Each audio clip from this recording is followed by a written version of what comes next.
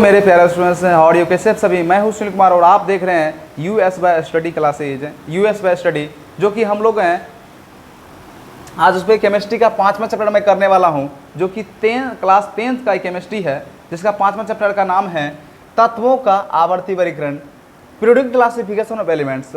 तो इस चैप्टर में हम लोग समझेंगे तत्वों का आवर्ती वर्गीकरण है क्या। दरअसल मैं ये बता दूं कि तत्वों का आवर्ती वर्गीकरण, तत्व तो समझते होंगे, तत्व का मतलब क्या होता है, एलिमेंट। अब एलिमेंट को हम लोग जो है अगर देखा जाए, एलिमेंट को अगर हम देखा जाए तो एलिमेंट क्या होता है, तो देखिए तत्व कहता है एलिमेंट क्या होता है, वे पदार्थ जो एक ही तरह के परमाणु से मिलकर बने होते हैं उसे क्या कहते हैं, तत्व कहते हैं, उसे तत्व कहते हैं। अगर मान लीजिए मेरे पास हाइड्रोजन है तो हाइड्रोजन किस परमाणु से बने होंगे, तो ये केवल और केवल हाइड्रोजन के ही परमाणु से मिलकर बने होंगे, क्योंकि हाइड्रोजन जो है, अगर हाइड्रोजन तत्व है तो तत्व का मतलब क्या होगा, हाइड्रोजन दूसरा एलिमेंट से, जैसे हीलियम का परमाणु कभी नहीं आएगा, क्योंकि एक ही तरह के परमाणु से मिलकर बने होते हैं तत्व। अब यहाँ ये समझना है कि तत्वों का वर्गीकरण है क्या। तो सबसे पहले ये समझें कि आज कितने एलिमेंट्स हैं, 118 एलिमेंट्स हैं, 118 एलिमेंट्स हैं। अब इस एलिमेंट्स का अगर हम नेचर और प्रॉपर्टी देखा जाए, सभी का प्रॉपर्टी देखा जाए, तो सबका प्रॉपर्टी एक से दूसरा से डिफरेंट होता है, एक दूसरे से। तो इस एलिमेंट्स को जो है देखा जाए तो एक एलिमेंट्स का गुण दूसरे से मैच नहीं करता है और तीसरा का चौथे से मैच करता है, मतलब कुछ एलिमेंट्स का गुण दूसरे से मैच कर रहा है, किसी का नहीं कर रहा है। तो ऐसे में क्या होगा, अगर हम लोग इसे वर्गीकृत यानी क्लासिफाइड करना चाहें तो क्या होगा, 118 एलिमेंट्स को क्या एडजस्ट कर पाएंगे, नहीं कर पाएंगे। तो इसे क्या करना था, साइंटिस्टों ने इसको एडजस्ट करने के लिए कोशिश किया। तो एडजस्ट करने के लिए कोशिश किया तो सबसे पहले इसमें जो है, सबसे पहले उन्होंने परमाणु भार के आधार पर इसको एडजस्ट किया, परमाणु भार के आधार पर। तो बढ़ते हुए परमाणु भार के बेस पर इसको इन्होंने एडजस्ट किया। सबसे पहले इसमें तत्वों को वर्गीकृत करने का पहला प्रयास है किसने किया था, जिसका सफल रहा मेंडलीव। लेकिन मेंडलीव तो सफल हो गया, लेकिन क्या एकाएक मेंडलीव ही पीरियोडिक टेबल का योगदान दिया एडजस्ट करने में, नहीं। उससे पहले भी साइंटिस्टों ने किया, सबसे पहले डोबेनर ने किया, उसके बाद न्यूलैंड ने किया और फाइनली जा करके मेंडलीव ने किया। और मेंडलीव के पीरियोडिक टेबल में भी कुछ त्रुटियां रहा, ठीक है ना, जिसको आगे रिजॉल्व करके जो है ना आज आधुनिक पीरियोडिक टेबल बना है। तो सबसे पहले यह समझना है कि तत्वों को वर्गीकृत करने की जरूरत क्यों पड़ा। तो देखिए प्रारंभिक टाइम में, स्टार्टिंग टाइम में एलिमेंट्स कितने थे, एलिमेंट्स थे 63। अब 63 एलिमेंट्स थे। इन 63 एलिमेंट को अगर एक पेज में दे दिया जाए अगर, तो क्या होगा, 63 एलिमेंट के लिए अगर हम लोग अलग अलग लिखेंगे इसको तो क्या होगा, बहुत सारे जगह छेकेगा, ये स्वाभाविक है, ये बहुत सारे जगह ले लिएगा और ये पूरा बोर्ड भी भर जाएगा, जिसमें इसको संभव नहीं है एडजस्ट करना। तब इसमें दिमाग क्या लगाया गया, इसमें यह दिमाग लगाया गया कि जो एलिमेंट्स का गुण दूसरे से मैच कर रहा है उन सबको एक साथ रखा जाए, फिर और अदर एलिमेंट का गुण दूसरे से मैच कर रहा है तो उन सब वाले को एक साथ रखा जाए। इसी कहते हैं तत्वों का आवर्ती वर्गीकरण। जैसे आज आप देख रहे होंगे कि हाइड्रोजन, लिथियम, सोडियम, पोटासियम, ये सब आज आप देख रहे हैं पीरियोडिक टेबल में एक साथ है। क्या है ये, एक साथ है, यानी एक वर्ग में है, एक वर्ग में है। तो ये उन्हीं प्रॉपर्टीज को बेस्ड करके, उन्हीं प्रॉपर्टीज को आधार बनाकर ऐसा किया गया है। तो हम लोग समझ चुके हैं कि तत्वों का आवर्ती वर्गीकरण क्या है। तो समान गुण वाले तत्वों को एक साथ सजाने की क्रिया को ही क्या बोला जाता है, तत्वों का आवर्ती वर्गीकरण कहते हैं। समान गुण वाले तत्वों को एक साथ एक वर्ग में सजाने की क्रिया को तत्वों का आवर्ती वर्गीकरण कहते हैं। हम लोग स्टॉप करेंगे। तो तत्वों का वर्गीकरण क्या है, पिछले वीडियो में चूंकि हम लोग देख चुके थे वर्गीकरण क्या होता है। अब यह समझना होगा कि वर्गीकरण है क्या। तो देखिए, तो हम लोग अभी तुरंत देख चुके हैं कि इसमें समान गुण तत्वों को एक साथ रखना है। तो क्या कहता है तत्वों का वर्गीकरण, किसे कहता है, समान गुण वाले तत्वों को एक वर्ग में सजाने की क्रिया क्या कहते हैं हम लोग, तत्वों का सजाने की विधि को तत्वों का वर्गीकरण कहते हैं। क्योंकि स्वाभाविक है कि अगर हाइड्रोजन गुण लिथियम से मैच करे, सोडियम से मैच करे, तो इसको क्या करना हो, एक साथ रखना होगा, जिससे क्या होगा, कम ही जगह में ज़्यादा एलिमेंट एडजस्ट हो जाएगा। अगर एक एलिमेंट को हम लोग अलग अलग जगह देंगे तो क्या एक एलिमेंट यहाँ होगा, एक एलिमेंट यहाँ होगा, इस तरह से ये दो चार पन्ना आपको 63 एलिमेंट ले लेगा, और आज तो 118 एलिमेंट्स है तो और भी जगह ले लेगा। तो इसलिए साइंटिस्टों ने क्या किया, समान गुण वाले एलिमेंट्स को एक वर्ग में सजाया। इसी विधि कहते हैं तत्वों का वर्गीकरण कहते हैं। अब सबसे पहला प्रयास किसने किया, तो इसमें प्रयास जो है बहुत सारे साइंटिस्ट करते हैं, तत्वों को वर्गीकरण करने के योगदान बहुत सारे साइंटिस्ट किया इसमें योगदान। सबसे पहला योगदान किसने किया, डोबेरेनेट ने। ये क्या लेकर किया था, त्रिक लेकर के, मतलब त्रिक का मतलब 3 एलिमेंट को एक साथ रखा था। कितने एलिमेंट को, 3 एलिमेंट को। तो देखें हम लोग, इन्होंने कब किया था, 1817 ईस्वी में डोबेरेनेट ने रासायनिक गुणों के आधार पर, केमिकल प्रॉपर्टीज के बेस पर मिलते जुलते यानी समान गुण वाले को, जो जिसका गुण मिल रहा था आसपास से, ऐसे तत्वों को क्या किया, 3-3 के समूहों में इकट्ठा किया। हालांकि ये 3-3 को लेकर चलता है। आगे जो साइंटिस्ट आएंगे, न्यूलैंड आएंगे, वो 7 एलिमेंट को एक साथ रखेंगे और ये कहेंगे कि प्रथम एलिमेंट का गुण 8वां से मैच करेगा। जैसे कि संगीत में क्या होता है, प्रथम स्वर 8वां स्वर के समान होते हैं, सा रे ग म प ध नि, फिर सा आएगा। तो 7 एलिमेंट, 7, जिस तरह संगीत में 7 स्वर अलग अलग होते हैं, 8वां स्वर पहले के समान होते हैं, ठीक है ना। तो न्यूलैंड साहब ने 7 एलिमेंट को अलग रखा और 8वां का गुण जो है ना पहले वाले से मैच किया था, ठीक है। तो वो तो न्यूलैंड साहब ने किया था। डोबेरेनेट ने क्या किया, इन्होंने 3 एलिमेंट को क्या किया, रासायनिक गुणों के आधार पर मिलते जुलते तत्वों का 3-3 के समूहों में क्या क्या इकट्ठा किया, और यह दिखाया क्या कि प्रत्येक समूह के बीच वाले तत्व का परमाणु द्रव्यमान, और अभी जो हम लोग बेस देख रहे हैं, अभी हम लोग तत्वों का जो वर्गीकरण किया जा रहा है, क्लासिफाइड किया जा रहा है, उसका मेन बेस क्या है, उसका आधार है परमाणु द्रव्यमान। किस आधार पर किया जा रहा है, परमाणु द्रव्यमान के आधार पर। आगे चल के परमाणु संख्या हो जाती है हालांकि, लेकिन स्टार्टिंग तो परमाणु द्रव्यमान ही है। तो आपसे पूछा जाए कि शुरुआत में तत्वों को वर्गीकृत करने का, क्लासिफाइड करने का मेन बेस क्या था, तो आपको बताना है क्या, परमाणु द्रव्यमान, ठीक है। तो परमाणु द्रव्यमान, हाँ, बीच वाले तत्व का परमाणु द्रव्यमान अन्य 2 तत्वों के परमाणु द्रव्यमानों का औसत होगा। मतलब उन्होंने 3 तत्व को लिया और ये कहा कि किनारे वाले तत्व जो होंगे, क्योंकि 3 एलिमेंट, एक ऊपर, एक बीच में, एक नीचे में, तो किनारे वाले क्या होगा, एक ऊपर वाले, एक नीचे वाले, बीच वाले हो गया बीच वाले। तो कहा कि प्रत्येक समूह के बीच वाले तत्व का परमाणु द्रव्यमान जो होंगे वो अन्य 2 तत्वों के परमाणु द्रव्यमानों का औसत होगा, मतलब एवरेज होगा। क्या होगा, एवरेज। अब देखिए 3-3 तत्वों को उन्होंने जो एक साथ रखा, कहता 3-3 तत्वों के ये समूह क्या कहलाते हैं, त्रिक, यानी ट्रेड्स कहलाते हैं। क्या कहलाते हैं, ट्रेड्स कहलाते हैं। अब उन्होंने कौन कौन एलिमेंट को एक साथ रखा, तो देखिए हम लोग, उन्होंने रखा लिथियम, सोडियम और पोटासियम को रखा।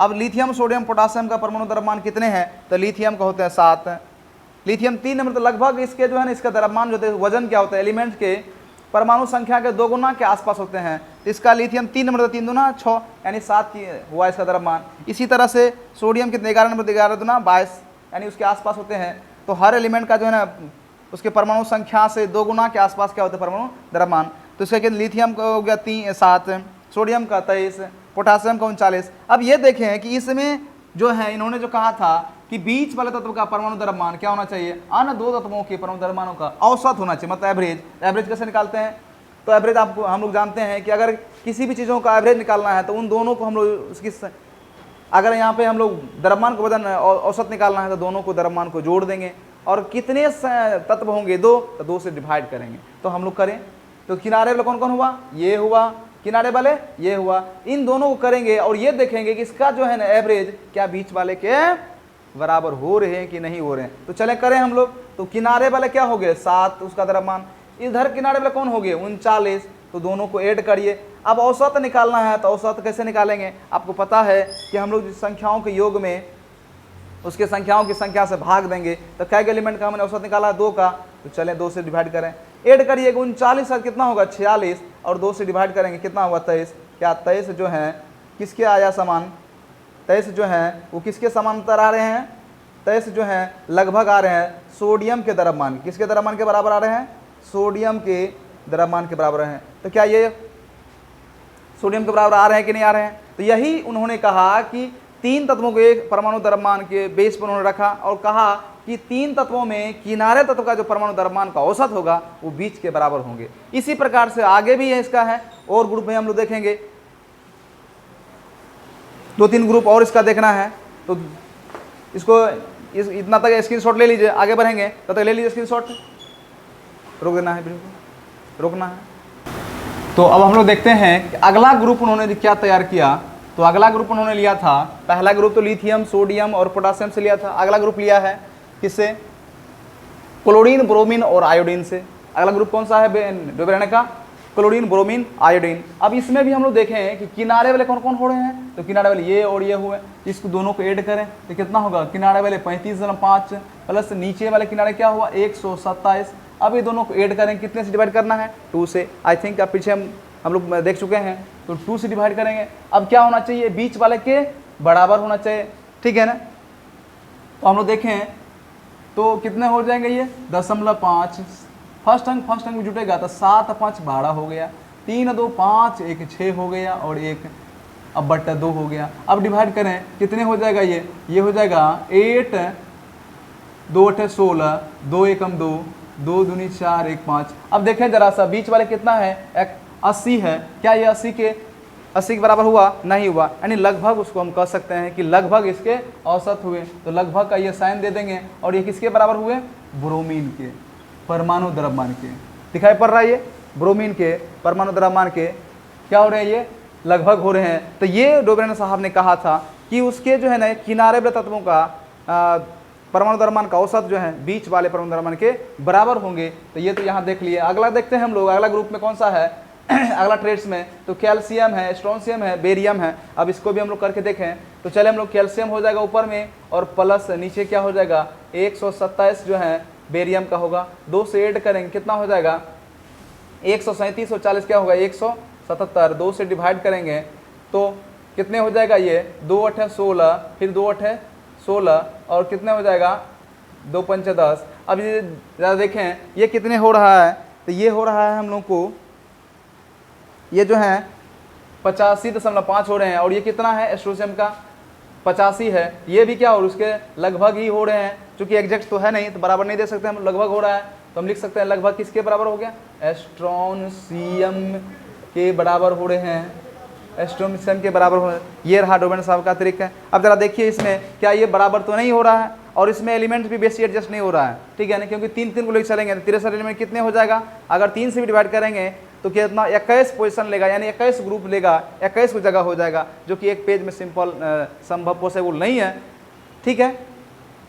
ये भी हुआ, और आगे चल करके और भी एलिमेंट का जगह खोज हुआ तो जो कि इस जगह में एडजस्ट नहीं हो पा रहा था, इसलिए करके इनका भी क्या होता है? ट्रीड्स, इनका भी ट्रिक जो है सिद्धांत कुछ ही तत्वों तक क्या होता है? लिमिट रहता है, और यह विश्वव्यापी मान्यता प्राप्त नहीं कर पाते हैं, और अंत में इस नियम को भी छोड़ दिया जाता है। तो रही बात डोबेरेने साहब का, तो चले गया, ठीक है, नियम तो चले गया, लेकिन क्या योगदान भूलने वाला है? इसलिए कहा जाता है कुछ करने वाले कभी, कहता है कुछ करने वाले कहता है कि कुछ करने वाले की कभी हार नहीं होती, या तो जीत मिलती है या फिर सीख। तो उन्होंने हमें एक सीख दे दिया, क्या कि तत्वों को वर्गीकृत करने के प्रयास तो मैंने किया लेकिन सफलता नहीं मिली, लेकिन कुछ तो करके गए उन्होंने, एक सीख तो दे दिया गया। तो ये सीख उसको मिला, और यही सीख आगे चल करके फिर क्या करते हैं? अगला साइंटिस्ट एक और आते हैं, न्यूलैंड साहब आते हैं। न्यूलैंड साहब क्या लेके आते हैं? एक अष्टक नियम लेके आते हैं, क्योंकि डोबेरेने का तो नियम तो चले गया। हाँ, अब ये ध्यान में ये रखें कि ये जो क्वेश्चंस हम लोग को आएगा तो क्या इससे क्वेश्चंस नहीं आएगा? देखिए ये बिल्कुल ही गलत है, ये क्वेश्चंस इससे भी आपको आएगा, क्योंकि आखिर योगदान तो इसका है ना, इसलिए क्वेश्चंस इससे भी रहेंगे। अब देखते हैं कि डोबेरेने साहब के नियम के जाने के बाद कौन सा आता है? तो न्यूलैंड साहब लेकर आते हैं। कितने ईस्वी में? 1866 ईस्वी में न्यूलैंड साहब ने एक अष्टक नियम का प्रतिपादन किया, जिसमें उन्होंने संगीत के स्वर के आधार पर जो है ना एलिमेंट्स को एडजस्ट किया। जैसे संगीत में क्या होते हैं? सा रे गो मो पो धो नी, 7 स्वर अलग अलग होते हैं, 8वां स्वर फिर क्या होगा? सा। तो उन्होंने क्या किया? जिस तरह संगीत में 8 स्वर जो होते हैं, पहले 8वां स्वर पहले के स्वदेश होते हैं, ठीक उसी तरह से उन्होंने एलिमेंट को एडजस्ट किया। देख लीजिए कैसे कैसे साइंटिस्ट लोगों ने अपना दिमाग लगाता है, ठीक है ना। आसपास के सोर्स पर ही एलिमेंट को एडजस्ट करना शुरू किया, क्योंकि उस समय उतना बृहद पैमाने पर हमारा टेक्निक था नहीं, ठीक है ना, इसलिए उन्होंने अपने हिसाब से एडजस्ट किया, उसको जो माइंड में करते गए, ठीक है ना। और अंत में न्यूलैंड साहब का भी नियम चले जाता है। तब आते हैं मेंडलीफ साहब। और मेंडलीफ साहब ने जो है ना एक सफल प्रयास करते हैं और अंतोगत्वा एलिमेंट्स को एडजस्ट कर लेते हैं। तो देखें हमने न्यूटन साहब ने क्या कहा, न्यूटन साहब ने कहा अष्टक नियम का प्रतिपादन किया, इस नियम के अनुसार कहता तत्वों को उनके बढ़ते हुए परमाणु द्रव्यमान के आधार पर, अब देखें ये भी परमाणु द्रव्यमान के आधार पर एडजस्ट किया, यानी स्टार्टिंग में जो है ना परमाणु तत्वों को एडजस्ट करने का मेन बेस क्या बनाया था, आधार क्या बनाया था, तो परमाणु द्रव्यमान। क्या बनाया था, परमाणु द्रव्यमान। जिस लेकर के एलिमेंट को एडजस्ट किया, ठीक है ना, वो हालांकि सक्सेस नहीं रहता है, लेकिन बाद में जो एलिमेंट्स का एडजस्ट होता है वो आधुनिक आवर्त सारणी जो बन जाता है, जो कि आज सक्सेसफुल हैं, एक पेज में एडजस्ट हैं। ये हम लोग देखें, ये जो एक पेज में एडजस्ट हैं, ठीक है ना, इसको आधुनिक आवर्त सारणी कहते हैं, ठीक है ना। ये आधुनिक आवर्त सारणी परमाणु द्रव्यमान हटा के यहाँ परमाणु संख्या किया गया, क्योंकि परमाणु द्रव्यमान एडजस्ट कर रहे थे तो कुछ ट्रबल बच गया था, प्रयास सक्सेस तो हो गया लेकिन थोड़ा ट्रबल बच गया था, उस ट्रबल को सॉल्व किए, परमाणु संख्या के आधार बनाया और परमाणु संख्या बेस जैसे बनाया तो सारा ट्रबल खत्म हो गया और मेंडलीफ का आवर्त सारणी जो है ना एक बृहत आवर्त सारणी बन जाता है, जिसको आधुनिक आवर्त सारणी कहते हैं। तो आधुनिक आवर्त सारणी का बेस क्या होता है, परमाणु संख्या हो जाती है। तो परमाणु द्रव्यमान के बेस में उन्होंने एडजस्ट किया, ठीक है। सजाया, क्या कहा, सजाया, सजाया जयतु, सॉरी यहाँ कुछ मिस्टेक था, सजाया जयतु किसी भी तत्व से प्रारंभ करने पर, क्या पर गिनती प्रारंभ करने पर 8वां तत्व जो है उसी के सदृश गुण वाला होगा। कौन सा, किसी भी तत्व से गिनती अगर स्टार्ट करेंगे तो 8वां एलिमेंट्स जो आएंगे, 8वां तत्व जो आएंगे उसी के सदृश यानी समान गुण वाले होंगे। जैसा कि संगीत में 8वां स्वर क्या होते हैं, पहले के समान होते हैं, पहले के समान होते हैं। अब हम लोग ये देखेंगे कि 8वां स्वर पहले के सदृश होते हैं और उसमें कौन कौन एलिमेंट्स लिया, तो उसको हम देखेंगे। तब तो थोड़ा स्क्रीनशॉट ले लीजिए, आगे बढ़ेंगे, ले लीजिए स्क्रीनशॉट। तो अब हम लोग देखते हैं कि न्यूलैंड साहब ने जो है किस तरह से बनाया था पीरियोडिक टेबल, तत्वों को कैसे क्लासिफाइड किया था।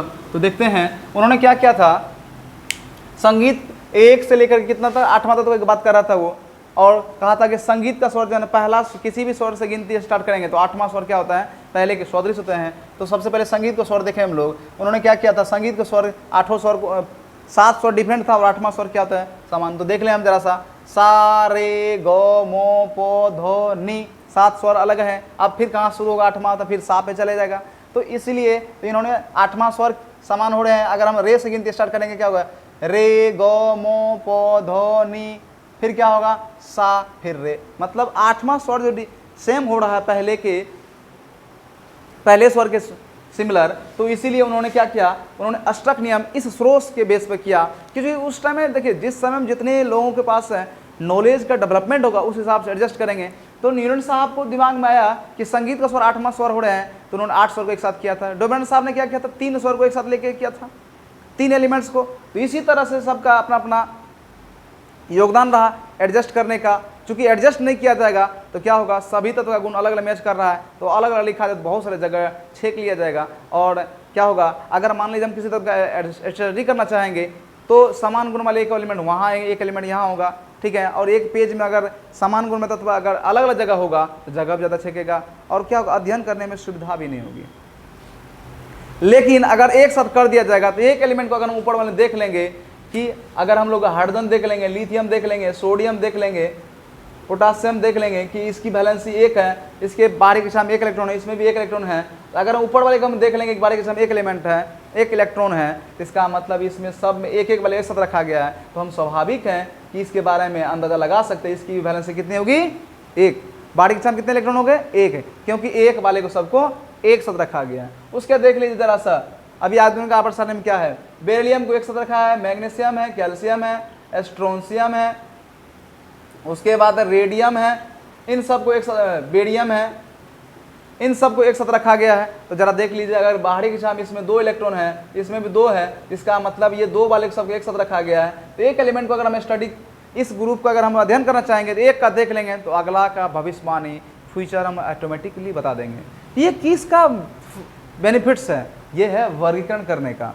तो इसीलिए सब अपने अपने हिसाब से, अपने अपने अकॉर्डिंग जो है इसको क्लासिफाइड करते हैं। तो न्यूलैंड साहब को ब्रेन में आया इस तरह से, उन्होंने इस तरह से किया। अब इस पे देखिए, इस सारे गो मो पो धो नी, फिर सा पे क्या है, ये संगीत का स्वर इस पे नहीं है, इस पे एलिमेंट्स को एडजस्ट किया गया है। अब देखने हैं एलिमेंट्स कैसे किया उन्होंने। तो देखिए सबसे पहले हाइड्रोजन दिया, lithium, beryllium, boron, carbon, nitrogen, oxygen, 700 अलग रखा, 7 एलिमेंट्स अलग रखा। फिर कहा उन्होंने कि इसमें किसी भी एलिमेंट्स अगर गिनती स्टार्ट करेंगे तो 8वां एलिमेंट पहले के सिमिलर होंगे, पहले के समान होंगे। किस पे? रासायनिक गुण के आधार पर। तो देखें जरा सा हाइड्रोजन, अगर हम यहाँ से गिनती स्टार्ट करें क्या होगा? 1 2 3 4 5 6 7 8, फ्लोरीन आ रहा है। अब देखें ये भी फ्लोरीन क्या है? ये गैस है, तो ये भी गैस है। इसीलिए उन्होंने क्या किया, इसको बेस्ड बनाया कि 8वां एलिमेंट्स जो है पहले के सदृश होंगे। अगर हम लोग लिथियम से स्टार्ट करें तो 8वां एलिमेंट्स कौन होगा? 1 2 3 4 5 6 7 8, सोडियम आ रहा है। अब देखें इसकी वैलेंसी 1 है, इसकी वैलेंसी 1 है। इस बेस पर उन्होंने कहा कि 8वां एलिमेंट्स पहले के समान होंगे। किसी भी तत्व से क्यों नहीं गिनती स्टार्ट किया जाए, ठीक है, इस तरह से उन्होंने कहा। फिर आगे चल करके अगर मैग्नीशियम से स्टार्ट करेंगे तो 8वां एलिमेंट कौन होगा? तो ये इधर 6 हो जाएगा, 7 हो जाएगा, सॉरी इधर 5 होगा, 6 7 8 कौन सा आएगा? कैल्शियम आएगा, जो कि ये भी आपको क्या है? ठोस है, तो ये भी ठोस हो जाएगा। इस तरह से उन्होंने क्लासिफाइड किया। आई थिंक आप अच्छे समझ रहे होंगे कि उन्होंने किस तरह से एडजस्ट किया। अब आगे देखते हैं, हाँ इसका भी बेस्ट क्या? अभी तक परमाणु द्रव्यमान ही है, आधार है। किसके आधार पर एडजस्ट किया जा रहा है? परमाणु द्रव्यमान के आधार पर ही। जब हम लोग मेंडलीव के आवर्त सारणी पहुंच जाएंगे तो वहां तब परमाणु द्रव्यमान के आधार पर वहां क्या हो जाएगा? आधार परमाणु संख्या हो जाएगा। तब तक सभी आदमी किसके बेस पर तत्वों को क्लासिफाइड करेगा? परमाणु द्रव्यमान के बेस पर। चले आगे, अब देखते हैं इसके नियम की क्या सब स्थिति रहा मार्केट में। कहता है न्यूलैंड की सारणी से स्पष्ट है कि परमाणु द्रव्यमान के बढ़ते हुए क्रम में यदि लिथियम से, मतलब कोई भी एलिमेंट एक स्टार्ट किए लिथियम से अगर प्रारंभ किया जाए तो 8वां एलिमेंट्स कौन सा होगा? तो 8वां तत्व सोडियम आता है, जो कि मैं बता चुका हूं, सोडियम आता है, जिसका गुण किसके सिमिलर हो रहे हैं? लिथियम के सिमिलर हो रहे हैं। ये इससे खासियत था। अब देखिए इसमें भी डिमेरिट है। क्या डिमेरिट है? का यह नियम अधिक परमाणु द्रव्यमान वाले तत्वों द्वारा पालन नहीं होता है। मतलब मिनिमम अगर कम परमाणु संख्या वाले है तो उसमें काम कर जाता है, लेकिन अधिक वाले यानी और जो एलिमेंट का खोज होगा तो उस पर यह क्या होगा? कानून नहीं कम करता है ये। तो जब नहीं करेगा तो क्या होगा? ये नियम चलेगा। नियम तो ऐसा होना चाहिए सब एलिमेंट पर क्या होना चाहिए? काम करना चाहिए। तो 8वां तो ज़्यादा परमाणु भार वाले पे नहीं काम करेगा तो फिर ये नियम खत्म हो जाएगा, इसे भी छोड़ दिया जाता है। आगे फिर कह रहा है कि और भी रीजन इसका है, ये तो अधिक परमाणु भार वाला एक रीजन हुआ। दूसरा है ऑक्सीजन तथा सल्फर। किधर है ऑक्सीजन तथा सल्फर? ये है ऑक्सीजन तथा सल्फर। ऑक्सीजन तथा सल्फर के साथ क्या रखा गया है? आयरन को रखा गया है। अब देख लीजिए आयरन मतलब Fe, इसे रखा गया है, रख दिया गया है। जबकि आयरन का गुण जो है ना ऑक्सीजन और सल्फर से क्या है? भिन्न है। कैसे भिन्न है? तो ये है क्या चीज़? ये है आपको धातु, ये है धातु और ये दोनों क्या है? और धातु है। तो इस तरह से जो है उन्होंने इसको एडजस्ट तो किया, लेकिन ये भी क्या हो गया? इसमें भी डिफ़ॉल्ट आ गई, इसमें भी डिमेरिट आ गई। इस लेकर के इसका भी नियम क्या होता है? फ्लॉप कर जाता है। और अब आएंगे मेंडलीव साहब एक जो है ना आवर्त नियम लेकर के, जिसके बेस पर तत्वों का क्या होगा? एक सफल प्रयास होगा, ठीक है। तो अब हम उसको देखेंगे, तब तो थोड़ा स्क्रीनशॉट ले लीजिए स्क्रीनशॉट, आगे बढ़ेंगे।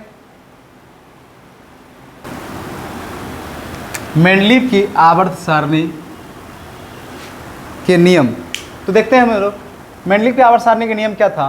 मेंडलीव की आवर्त सारणी के नियम थे, कहा कि तत्वों के भौतिक तथा रासायनिक गुण, तत्वों के भौतिक तथा रासायनिक गुण उनके परमाणु भारों के आवर्ती फलन होते हैं। परमाणु भारों के आवर्ती फलन होते हैं। मतलब इसका कहने का मतलब हुआ कि मेंडलीव के आवर्त सारणी में जो है तत्वों को जो एडजस्ट किया गया, उसमें जो है ना तत्वों को एडजस्ट करने का मेन आधार बनाया गया परमाणु भार। वैसे भी हम लोग शुरुआत से देख ही रहे हैं कि परमाणु भार ही आधार है।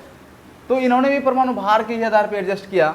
तो उन्होंने सिर्फ ये बात नहीं कहा, इन्होंने ये कहा कि परमाणु भार के आवर्ती फलन, मतलब तत्वों की संख्या बढ़ेंगे तो कुछ अंतराल के बाद जो है डिफरेंट गुण वाले एलिमेंट आ जाएंगे, फिर आगे और बढ़ा जाएगा तो और डिफरेंट गुण वाले आ जाएंगे। बट ये उन्होंने निश्चित नहीं कहा कि प्रथम 7 एलिमेंट का गुण अलग अलग होगा, 8वां का सेम होगा। या डोबेरेन के तरफ जो है ना उन्होंने ये नहीं कहा कि 3 एलिमेंट का गुण, 3 को एलिमेंट एक साथ रहेंगे जिसमें किनारे वाले का दोनों का जो परमाणु भार का औसत बीच वाले होगा। उन्होंने ये नहीं कहा। उन्होंने सिर्फ ये कहा, कितने लॉजिकल बात उन्होंने कहा कि परमाणु भारों के आवर्ती फलन होते हैं। लॉजिकल यही है, यही लॉजिक से इन्होंने लगाया, इन्होंने निश्चित नहीं किया। इसीलिए इनका परमाणु इन्होंने आवर्त सारणी का जो है ना क्लासिफिकेशन करने का मेथड बहुत ही क्या होते हैं, रुचिकर हो जाते हैं और आगे चल करके ये सक्सेस कर जाते हैं। इन्होंने निश्चित नहीं कहा, इन्होंने सिर्फ ये कहा कि परमाणु भारों के आवर्ती फलन का मतलब हुआ कि एक नियमित आवर्त आएगा या आठवां संख्या, आप आठवां तत्व पहले के समान हो जाए या नौवां हो जाए, ये निश्चित नहीं कहा। क्योंकि होता क्या है, एलिमेंट तो खोज होना स्टार्ट हो ही रहता है, स्टार्टिंग रहता है। जब शुरुआत में 63 एलिमेंट था और आज 118 हो गया, तो हम लोग उम्मीद लगा सकते हैं कि एलिमेंट संख्या बढ़ेगा। तो ये निश्चित नहीं कह सकता है कि आठवां ही तत्व में एलिमेंट समान होंगे, नौवां भी हो सकता है। देखा जाए कि मेंडलीव के समय जो है ना, एलिमेंट की संख्या जो है ना, नोबल गैस जिसको इनर्ट एलिमेंट कहते हैं, उस एलिमेंट की खोज नहीं हुई थी। अगर खोज नहीं हुई, खोज होना स्टार्ट आरंभ है, तो क्या उसको भी इसमें एडजस्ट किया जाएगा? तो क्या आठवां अगर तत्व आठवां तत्व कहेंगे समान होंगे, अब वो आएंगे तो क्या होगा डिफरेंट हो जाएगा। इसलिए उन्होंने इससे बचा, उन्होंने सिर्फ कहा कि आवर्ती फलन हो, मतलब अब नियमित अंतराल के बाद आठवां का समान हो सकता है या नौवां समान हो सकता है। इस लेकर के इनका नियम क्या सक्सेस हो जाता है। फिर कहता है इस नियम के आधार पर उन्होंने तत्वों को एक सारणी में सजाया, एक टेबल वाइज किया, जिसे क्या कहते हैं, मेंडलीव के आवर्त सारणी कहते हैं, मेंडलीव के आवर्त सारणी कहते हैं। तो नियम क्या उन्होंने कहा था कि कहा तक तत्वों के भौतिक रासायनिक गुण परमाणु उनके परमाणु भारों के आवर्ती फलन होते हैं। इस बेस पर उन्होंने जो तत्वों को एक सारणी में, एक टेबल में सजाया, उसे ही आप मेंडलीव का आवर्त सारणी कहते हैं। अब मेंडलीव के आवर्त सारणी में कितने स्तंभ थे, कितने आवर्त थे, इन्हें समझेंगे। तो सबसे पहले समझें हम लोग आवर्त को कहते क्या है। तो मेंडलीव के आवर्त सारणी में ऊर्ध्वाधर कतारों, मतलब उन्होंने ऐसे एलिमेंट को सजाया था इस तरह से, ठीक है ना, ऊपर से नीचे की तरफ वर्ग होते हैं और इधर से बाएं से दाएं की तरफ क्या होते हैं, आवर्त। उन्होंने इस तरह से एलिमेंट को एडजस्ट किया था, इस तरह से कॉलम में और इधर भी ऐसे डिवाइड किया था उन्होंने, ठीक है। तो कुल मिलाकर के वर्ग कितने थे, वर्ग इसमें जो है ना, इसके वर्ग 9 थे और आवर्त कितने थे, 1 2 आवर्त 3 आवर्त, इस तरह से कितने आवर्त थे, 7 आवर्त थे, ठीक है ना। कितने आवर्त थे, 7 आवर्त थे। तो उन्होंने वही किया। तो सबसे पहले ये समझेंगे कि मेंडलीव के आवर्त सारणी में ऊर्ध्वाधर स्तंभों को, मतलब जो खड़ा रेखाएं ऊपर से नीचे की तरफ आएंगे, उसको वर्ग तथा क्षैतिज कतार जो सीधा चलता है धरती के समांतर, उसे क्या कहता है, आवर्त कहते हैं, उसे इंग्लिश में पीरियड कहते हैं। अब मेंडलीव के आवर्त सारणी में कितने आवर्त थे, 7, और वर्ग कितने थे, 9 वर्ग थे, जैसा कि मैंने बनाया है। हालांकि ये जो है ना, ये प्रूफ सक्सेस नहीं रहता है, इसे भी जो है ना, इसमें भी कुछ ट्रबल है, कुछ डिमेरिट इसमें भी है, जो मामूली सा डिमेरिट है जो कि सॉल्व हो सकता है। अब उसे सॉल्व किया गया है। देखिए वो ट्रबल क्या है, कहा है हाइड्रोजन, इसमें दोष क्या है, तो हाइड्रोजन का स्थान निश्चित नहीं किया गया। अब हाइड्रोजन का स्थान क्या नहीं था निश्चित, क्योंकि हाइड्रोजन को पहले वर्ग में भी रख दिया गया था और यहाँ जो 7वां वर्ग है वहाँ पे हाइड्रोजन का स्थान दे दिया गया था। तो बताइए, एक एलिमेंट को 2 जगह स्थान दे रहे हैं, बाकी को अलग अलग दे रहे हैं, तो क्या ये डिफरेंट, ये कोई ये सिमिलरिटी है? नहीं। इसीलिए साइंटिस्टों ने इस पर विवाद किया और तब जाके इसे सॉल्व किया गया और एक स्थान दिया गया, ठीक है ना। तो जब एक स्थान दिया तो वो बन गया आधुनिक आवर्त सारणी। क्या बन गया वो, आधुनिक आवर्त सारणी, जिसे दीर्घ आवर्त सारणी कहते हैं, या सबसे एक सफल और समुचित उपयोगी आवर्त सारणी कहते हैं। तो उसका भी एक नियम है। उसका नियम क्या है, बस जितना मेंडलीव सारणी का वही सिर्फ रहेगा, सिर्फ और सिर्फ मेंडलीव सारणी में परमाणु भार का, इसमें परमाणु क्रमांक यानी संख्या के बेस पे इसको जो है ना बनाया गया है। तो क्या है आधुनिक आवर्त नियम, कहता है तत्वों के भौतिक तथा रासायनिक गुण उनके परमाणु क्रमांकों के क्या होते हैं, आवर्ती फलन होते हैं। मतलब परमाणु क्रमांक यानी परमाणु संख्या बढ़ते जाएंगे तो तत्वों का क्या होगा, सिमिलर गुण वाले एलिमेंट्स आते जाएंगे और फिर रिपीटेशन इस तरह से चलते जाएगा। इसमें भी वही लॉजिक है। ये नहीं कहा गया है कि 9वां एलिमेंट का जो है ना पहले एलिमेंट से समान होंगे, यहाँ ये भी नहीं कहा है। इसीलिए आधुनिक आवर्त सारणी जो है ना एक और सफल आवर्त सारणी बन चुका है, ठीक है ना। अब हम लोग आधुनिक आवर्त सारणी में कुछ क्वेश्चन हम लोग को एडजस्ट करने समझने हैं। वो क्या है, तो आधुनिक आवर्त सारणी में कितने आवर्त हैं, तो 7 आवर्त हैं और वर्ग कितने हो गए, 18। अब वर्ग 18 कैसे हुए, तो उसके समय में जो 9 वर्ग थे, अब उन्होंने क्या किया था, एक वर्ग को 2-2 वर्ग में बांट दिया था, वर्ग फर्स्ट ए वर्ग फर्स्ट बी। अगर सेकेंड था तो इसको भी इन्होंने 2-2 वर्ग में बांट दिया था, इनको भी वर्ग सेकेंड ए सेकेंड बी। तो कुल मिला के देखा जाए तो 9 वर्ग को बांटा था उन्होंने। तो 9 को अगर सिंगल सिंगल बांटेंगे कितना होगा, 9 जोड़ा था तो सिंगल सिंगल कितना, 18। इसलिए उन्होंने 18 वर्ग में बांट दिया था। तो वर्गों की संख्या कितने हो गए, 18। अब कई बार जो है ना आवर्त में क्वेश्चंस पूछता है कि इस आवर्त में कितने तत्व हैं। कितने मिनट हुआ है, कितने मिनट हुए, 29 मिनट, ठीक है, अब ये देखते हैं हम लोग कि किस आवर्त में कितने एलिमेंट हैं। तो देखिए इसका एक हम लोग सिस्टमेटिक भी लगा सकते हैं, 2 8 8 18 18 32 32। अब देखिए पहले आवर्त में कितने एलिमेंट हैं, तत्वों संख्या 2, दूसरे में कितने 8, तीसरे में कितने 8, यानी 2 8 8, चौथे में कितने 18, पांचवें में कितने 18, तो क्या 2 8 8 18 18, और छठे में 32, और सातवें में क्या है, सातवें अधूरा है। यानी मतलब इसमें जो है ना मेंडलीव के अभी जो पीरियोडिक टेबल है इसमें देखेंगे आप, नहीं तो सबके 10th वाले बुक में भी हर जगह मिल जाएंगे। ये आपको ये आवर्त सारणी मिल जाएगा। इसमें देखेंगे नीचे में एलिमेंट्स का देख रहे हैं, यहाँ पे खाली जगह ही है, इसका मतलब एलिमेंट्स खोज होना बाकी है, इसीलिए इसमें क्या अधूरा है। ठीक है, फिर भी जितना भी एलिमेंट इसमें खोज हो चुका है उसकी संख्या कितने हैं 32। अगर आपसे पूछा है कि प्रथम आवर्त में कितने एलिमेंट हैं 2, दूसरे में कितने 8, तीसरे में कितने 8, चौथे में कितने, चौथे में 18, पांचवें में कितने 18, छठे में 32, और सातवें में भी क्या है 32 एलिमेंट ही है। तो इस तरह से ये हमारा जो है तत्वों के आवर्त वर्गीकरण चैप्टर फिनिश होता है। तो हम लोग एक जो है ना एक और मैं वीडियो लेकर आऊँगा जिसमें कि आधुनिक तत्वों के आवर्त वर्गीकरण पर जो है ना ऑब्जेक्टिव क्वेश्चंस होंगे जिसे हम लोग करेंगे। तो वेट कीजिए हमारे नेक्स्ट वीडियो का, जो कि होगा आधुनिक जो कि तत्वों के आवर्त वर्गीकरण के क्वेश्चंस पर होंगे। तो मैं उम्मीद करता हूँ ये वीडियो आप लोगों के काफ़ी हेल्पफुल साबित हुआ होगा और आप इस वीडियो को अच्छे से समझिए, तत्वों का आवर्त वर्गीकरण जो है ना समझ में अच्छी तरह से आ जाएगा। और ये चैप्टर इतना इम्पोर्टेंट, ये काफ़ी चैप्टर इम्पोर्टेंट है जिसमें कि हर एक बोर्ड एग्जाम में इसमें से क्वेश्चन जरूर पूछा जाता है। तो मिलते हैं नेक्स्ट वीडियो के साथ, तब तक थैंक यू सो मच। और चैनल पर नए हैं तो चैनल को सब्सक्राइब कर लेंगे इस यूएस बाय स्टडी को, जिस पे कि आपको एक नया वीडियो अपडेट वीडियो मिलते रहेंगे। मिलते हैं नेक्स्ट वीडियो के साथ, तब तक थैंक यू सो मच।